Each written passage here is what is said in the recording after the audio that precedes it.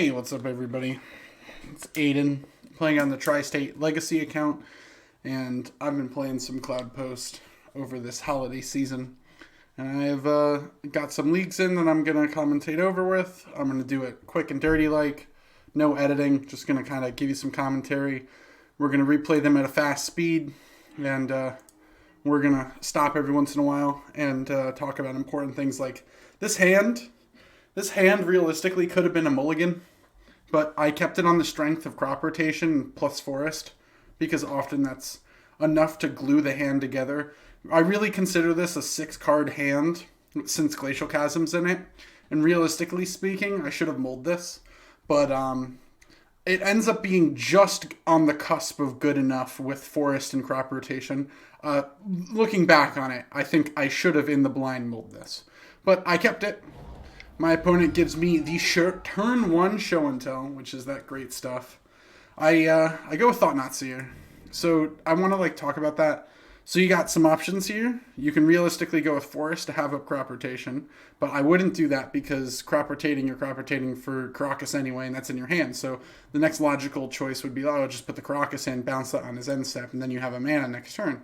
It's like, well, that's a good idea, but what if he had an Omniscience or something like that, and you'll just make your land drop anyway. So if you're going to make your land drop anyway and bounce it, and he's already on 18 life, he's going to take 7 to draw it, so he's going to go down to an amount that's really, really low. So you bounce it, you hit him with Thought-Knot Seer once, that puts him to 1 activation of Griselbrand for the whole game because of Ancient Tomb plus Thought-Knot Seer.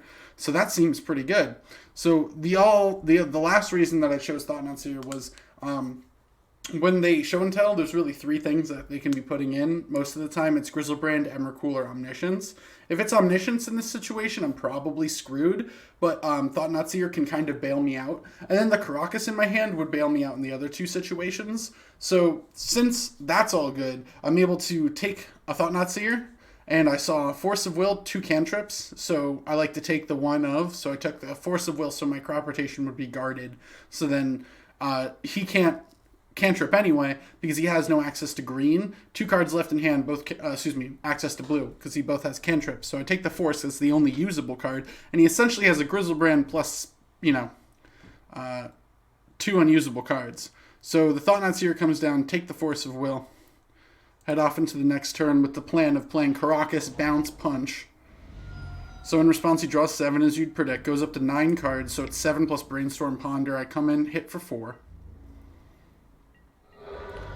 Smack him a little bit, goes to his turn. He has a Lotus Petal he draws off, and he snaps off a Brainstorm. He has to go into a snow-covered island and to cantrip again. So right then, I knew that the 9 cards he had, they aren't good. So whatever he drew wasn't good. So I decided to just hold up crop rotation and beat in for 4 2 more times to finish the game. By hitting him once there, that prevents him from fetching and activating Ancient Tomb. And since he had to play a fetch, because that's apparently what was in his hand, or he needed to shuffle the Brainstorm, he put himself to 2 where Ancient Tomb isn't tappable. So Thought-Knot Seer was like the perfect mana here. So going on to the next game.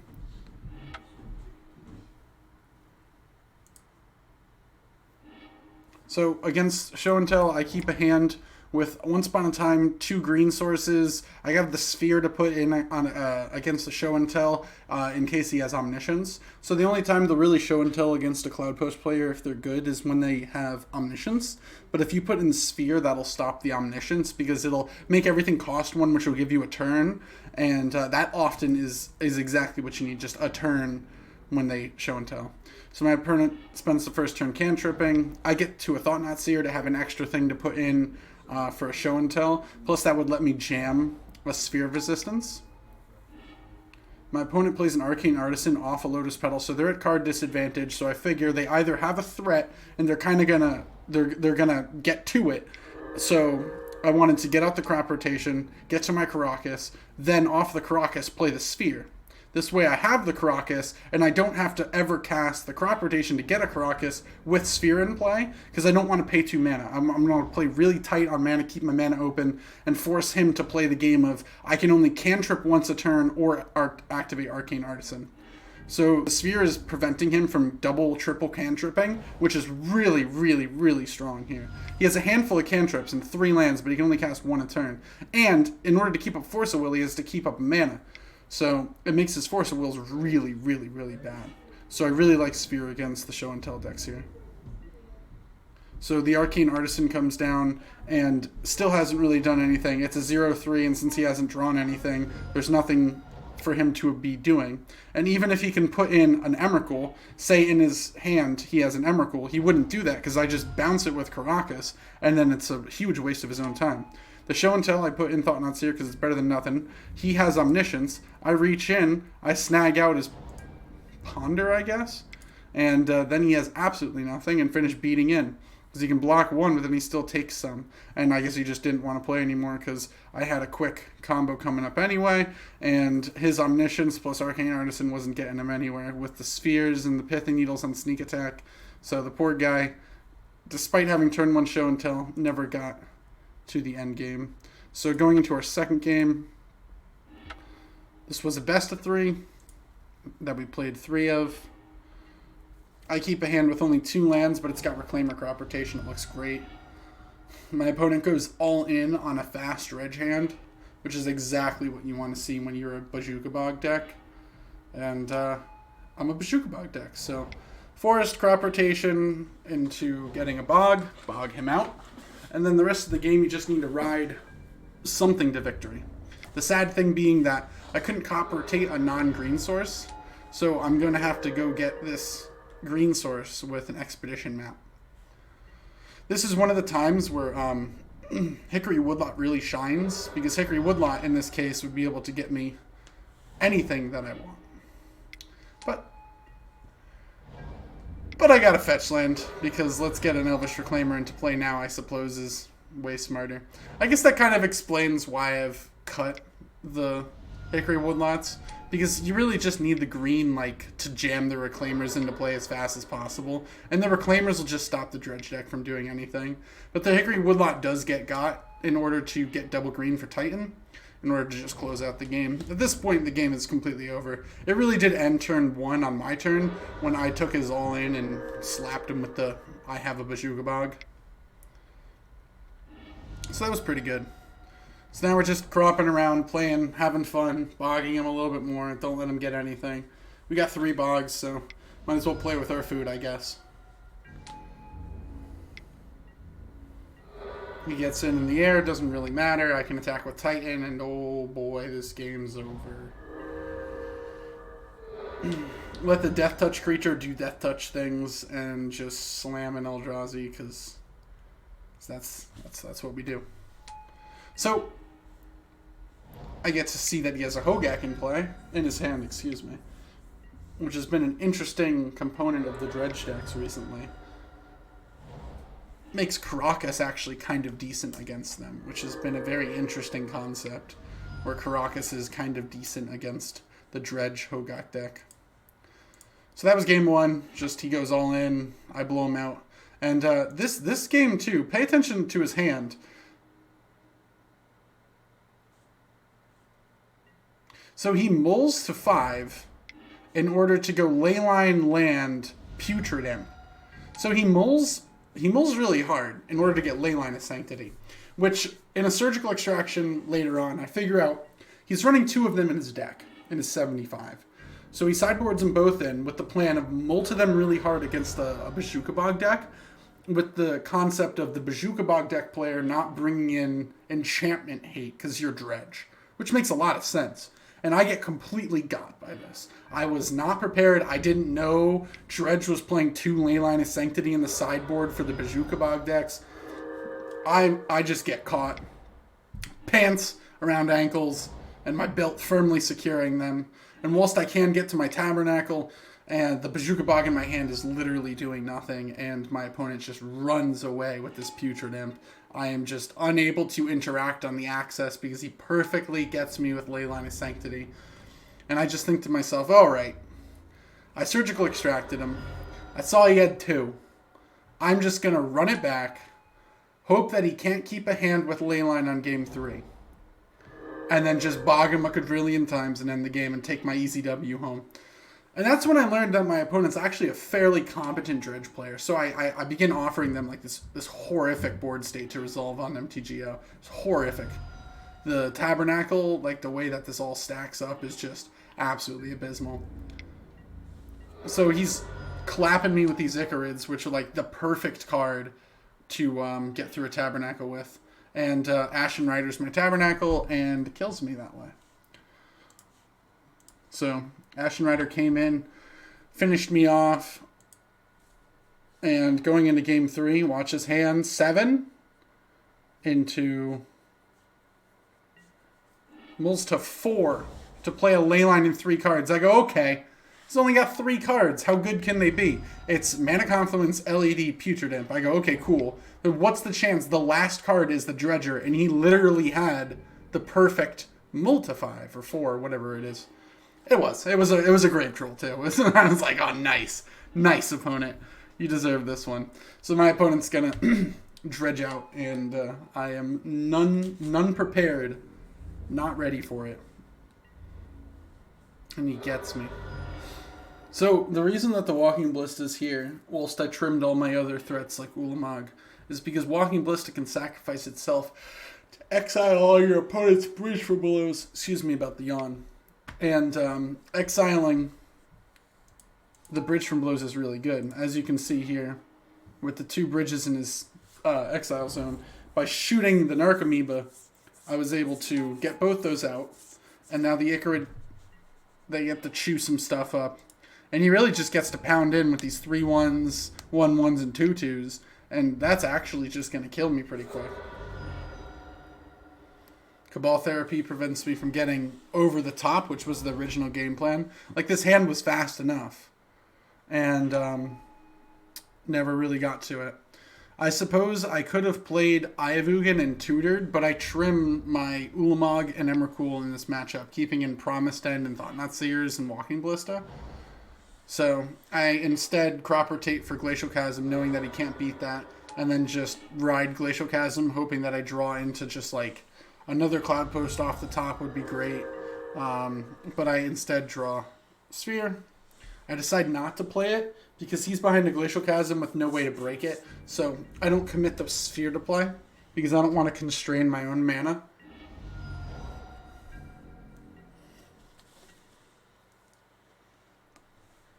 So what I really need here is to draw Prime Time next turn and then go like Forest, go get Prime Time, get a Vesuva, have the Vesuva enter, copy Chasm, delete Chasm, get a Glimmer Post, gain 4.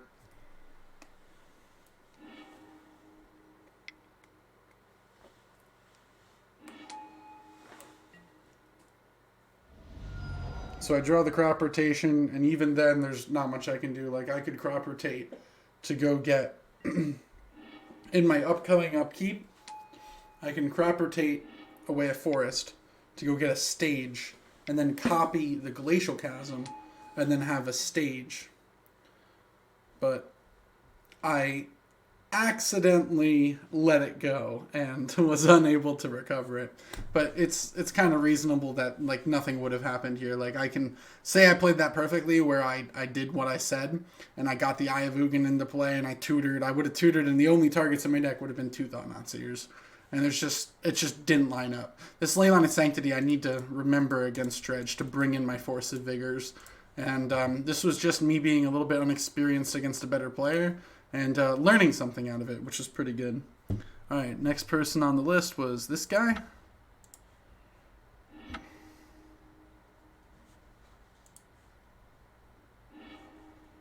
Alright, so here's a nice hand. You get double map turn 1, and then you can pop for anything you need. So my opponent goes Windswept Heath. I'm a little curious about that. Because typically if you see Windswept Heath, you think they're either playing lands, and then you kind of expect that to come with something like a gamble or a Mox Diamond or a exploration. But since they didn't have any of those things, I began to figure they must be on elves in a weird hand, and apparently it's yes. So they needed to go get Dryad Arbors to turn on the Gaia's Cradle in order to make a lot of mana for a big Glimpse turn. And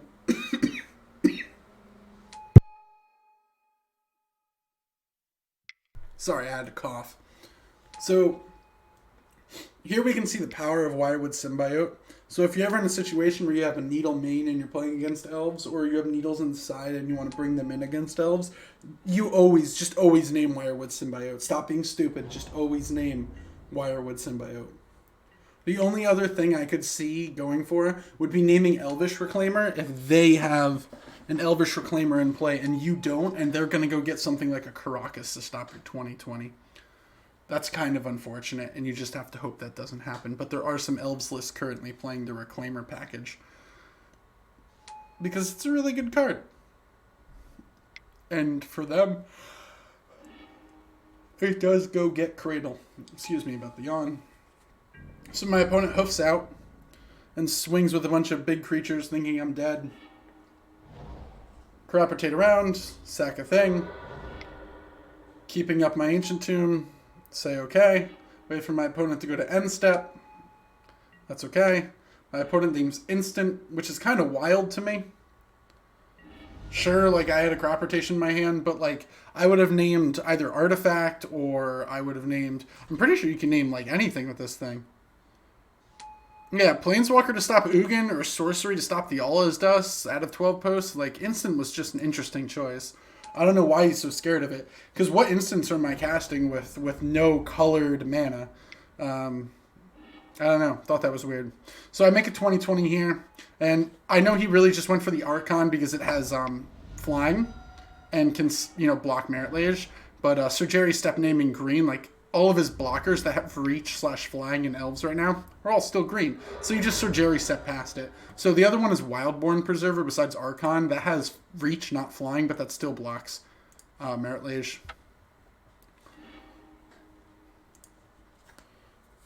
Alright. So this is a great hand against elves. It's like, well, there's a crop rotation in case I need to go get Tabernacle. There's fast ramping, and there's Ugin. There's a second crop rotation. It's like, this hand just looks absolutely amazing. So my opponent goes Fetchland Pass, which means I have a weird hand. Please don't Tabernacle me, because I'm trying to turn these fetches into Dryad Arbors. And the way you counter that is by Tabernacling them, because they said, please don't Tabernacle me. So then you go, I'm going to go get my Tabernacle.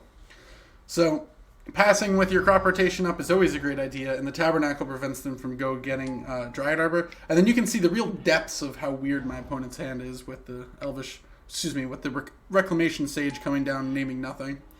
So you just ramp around a little bit. I get an Ugin down, no problem. Get a Primetime down, no problem. And at this point, the game's just over. My opponent was getting really salty. There must have been something wrong with what was going on, because they actually timed out and they did nothing for 15 minutes. So they waited 15 minutes of their clock to annoy me because I was just crushing them. And I quickly learned that I am also an incredibly petty person. I am not... This is not paused. This is us waiting each other out on my upkeep. Waiting each other out just to be mean to each other, I guess. He did it first, and you bet I'm going to do it second, because I am every bit as bad as them. I'm going to be honest. I am not a courteous MTGO player. Some people are, but I am here to rub the salt in the wounds I create. So I'm starting to time out my opponent right back and give him some just desserts. Timing out for a few minutes until eventually I just want to play something. Really quite fantastic Magic. Just sitting on your upkeep, not doing anything. Not even... Don't even need... Click through slow. He's only got 2 minutes that he can waste my time with. And I've got 15 minutes to waste his time with. And here we go. My upkeep. I got some triggers on the stack. 15:30 on my clock. I will let it go. I think I went to go make a cup of tea here and use the bathroom. So... Whoops, sorry opponent, You did it first, to be honest. So, here we are, watching the beauty of Primeval Titan asking to be paid 1 for. So, in this amount of time, we're actually going to talk about the weirdness of Tabernacle and how it interacts with Oko. I feel like this is something I really wanted to discuss, because it's the reason that I'm off Oko on 12 Post.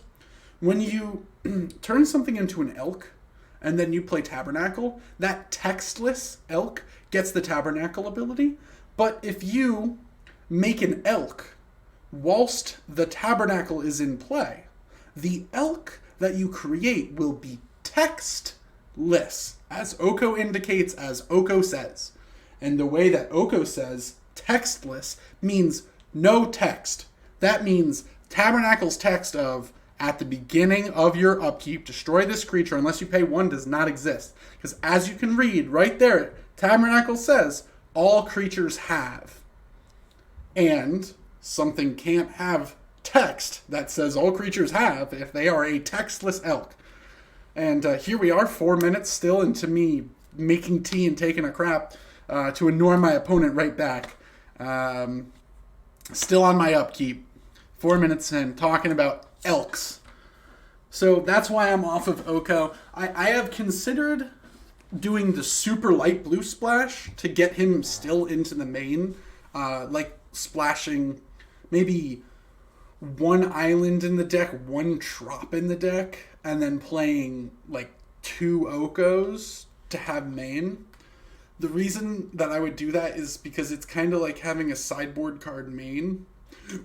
Excuse me. Because it can kind of handle everything. And it can handle a lot of like troublesome creatures. Things like Magus of the Moon, it can handle out of the main deck, which is really fantastic.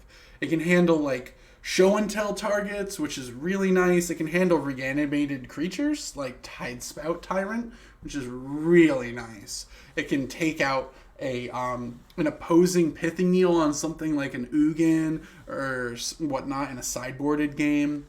So that's really nice. And the flexibility of Oko is also fantastic. Yeah, so the clock's still freaking out here because at this point what actually happened is my opponent conceded and it didn't fully register that. See, playback finished.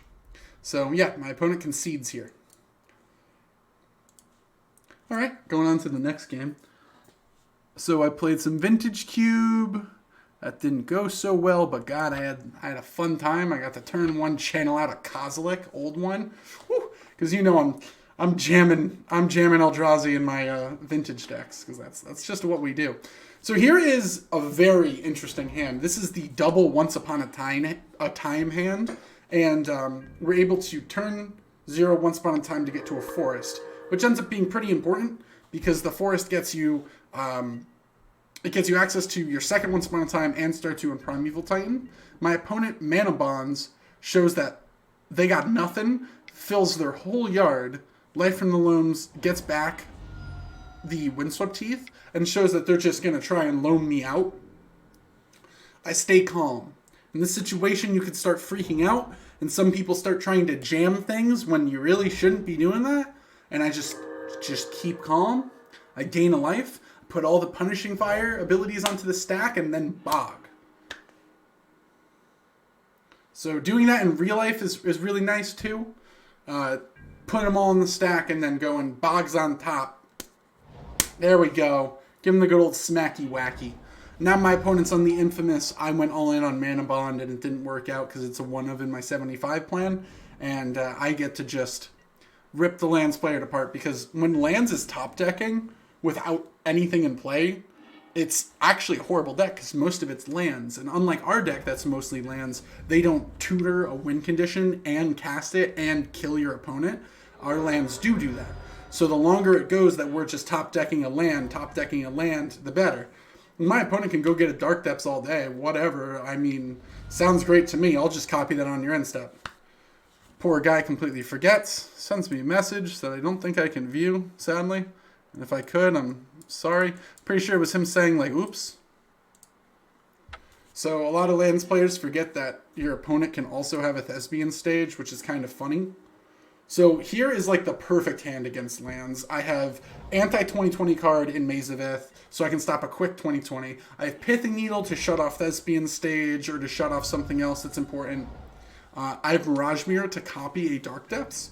Or to copy their like Wastelands, their Karakas, their Maze of Ith. And Mirage Mirror is very hard for them to kill because Mirage Mirror can copy anything in response to any kind of artifact destruction, just copy a land. In response to any land destruction, just don't turn it into a land. Problem solved. So we're trying to build a really steady mana base here.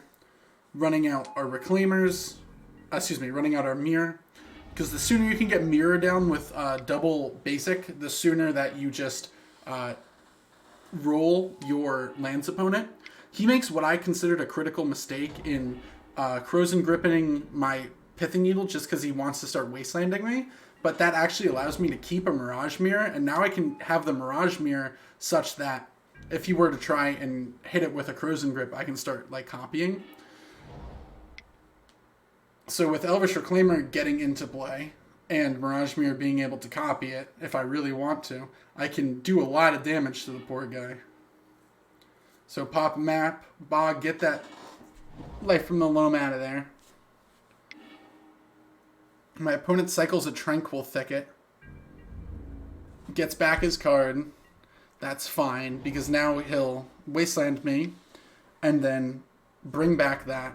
And now I just got to do the same thing again, which is harder to do because Bog's not in the deck, but that's also kind of fine. Because we can just go get a Dark Depths, play a Glimmer Post, and copy. But since he gets a Wasteland, I cannot copy. However, I can hold up the copy. I crop rotate. I let him get it. No use fighting over it when you don't have to. Now I've got the ability to play a Glimmer Post. Copy. Good job. Make a bunch of mana. Play the Thought-Knot Seer. Reach into his hand. See that it is a fat stack of lands. And then realize I have a 3/4 and a 4/4. And he doesn't have a blocker. And if he wants to use that Sylvan Library, that's going to take turns off. Because every single time he uses a Sylvan Library, it's like Thought-Knot Seer hits him again. And then, with 2 basic forests, I can just use Mirage Mirror to become a Thought-Knot Seer and start pushing on the damage. Because he has no way to stop me. He probably boarded out all of his Punishing Fires like a smart lad, and now has no way to kill my creatures. So I'll just put him to 3, meaning that he can't use his Sylvan Library if he wanted to. And anything that he wants to do would probably almost end up killing him. So, yeah, he concedes on 3 health, and we get to go to our last game for this league, which was against Bimmertech. All right. So against Bimmertech, I keep a hand, I look at a hand, and I end up shipping it. Most hands that have Emrakul, the Aeon's Torn, I insta-mulligan, because I want that card in my deck, but not in my opener. One of the Eldrazi's that I like in my opener, but not in my deck, is Ulamog. I really love having Ulamog, because his cast trigger is so backbreaking against a plethora of decks. And since my hand is a bunch of Cloud Posts, thanks to Once Upon a Time, I get to just play a bunch of Cloud Posts, ramp out with maps, and just get to where I gotta go. So I was able to resolve that Expedition map, and that was in case he was a Storm deck. That was in case he was a Bug Delver. He ends up not being Bug Delver, and instead Asnoz is really hard. Really hard. Really, really hard. So here's his hand. He starts playing him out. Makes all his mana. Casts a Passing Flames. Writs a bunch. Ponders. Thinks. Tendrils me. Classic. So yeah, we click through those. We see that we're on 23 minutes. It takes him a really long time to do that comboing. And I see that he's actually a pretty slow Storm player. That ate a lot of his time. And look how much time I have on the clock. I keep that in mind through this game. So we go into game 2. In game 2, we start looking at our 7. We think, okay, this has Crop Rotation, Ancient Tomb, Sphere. Turn 2, Forest, Sphere. And that's probably going to be enough to lock it up. And I know that since he really doesn't have much time on the clock, I want to start eating that. And in order to really eat his time efficiently, I'm going to use the Sphere of Resistance plus Sphere of Resistance to just keep him off of cards. With double Sphere in play, my opponent's not even able to cantrip, and luckily for him, does have 2 lands in his hand. I Green Sun to go get Reclaimer. Reclaimer kind of functions as a weird lock piece, cutting off Past the Flames as a victory. And in current builds, excuse me, in current builds, it fetches Miko Koru.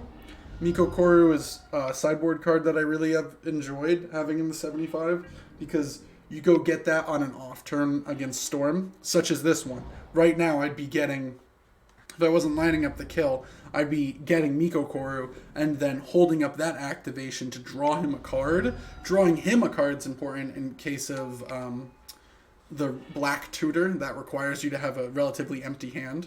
So my opponent, Echoing Truths my 2020 to prevent himself from dying, and also has to lose a Lotus Petal, and he doesn't handle the Sphere of Resistances. So he stops himself from dying, but puts himself down 2 cards, loses a whole turn, and gets rid of his answer for the actual current threat. Once Upon a Time is actually like totally uncastable here. So I'm just beating in with Elvish Reclaimer, trying to get him off of ad nauseum health. So for every hit that you hit with an Elvish Reclaimer, it's like hitting them with a flipped Delver, and that's really good. So a combination of soft counters, hard counters, and 3 damage increments is how Delver beats Storm. And you can actually do the same thing because you have cards like Fairy Macabre, Surgical, and Sphere, along with Reclaimer and Thought-Knot Seer, and you can kind of do all of what you want to. So now I actually have mana to Once Upon a Time in his end step if I need to, and I actually just have lethal with Elvish Reclaimer. So my opponent worked himself down to 10 minutes, and the Elvish Reclaimer was there, beating him down the whole time. So I trim a lot of threats when I play against Storm. Nowadays, I trim all my primetimes. I trim all of my big Eldrazi except for Emrakul the Promised End, keeping in 2 Thought-Knot Seers and 4 Reclaimers. I keep in the 4 Green Sun Zenith because I really like Reclaimer against Storm. So my hand actually wasn't that good, and my opponent is able to get the crop rotation with Thoughtseize, which leaves me just Elvish Reclaimer as my interaction piece. And that kind of functions the same as crop rotation in regards to crop rotation really only going to go get Bog, just kind of like Reclaimer. Crop rotation can also go get Tabernacle, but so can Reclaimer. So my opponent just takes the card that's different because I have 2 Reclaimers. So my opponent's faffing about, cantripping around, thinking on things, gets himself down to 3 cards, and then I bog him. I realize here that my opponent's at high health but low cards, which probably means he's getting towards an ad nauseum win.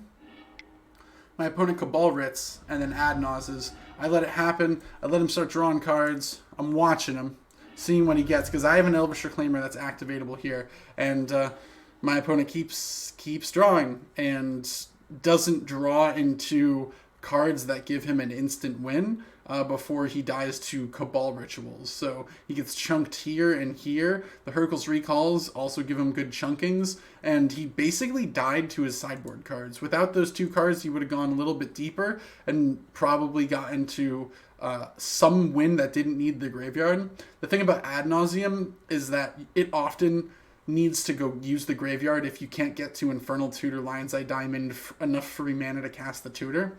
So since he wasn't able to do that, he did end up just dying because of it.